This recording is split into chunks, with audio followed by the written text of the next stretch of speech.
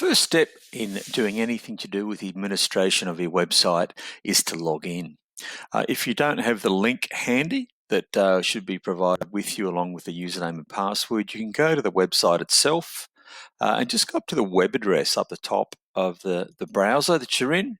Click in there and just put a /login for login and hit enter. That will jump through to the login screen for the content management system added or as part of the website that's been created for you. You jump here through to the login screen. If you've logged in previously, your username will already be in there. You might have even saved your password as well, but just type in your username, type in your password and hit login. If you've lost your password or forgotten it, you can always do a password reset by clicking here. The password reset will go to the default email for that username and log in.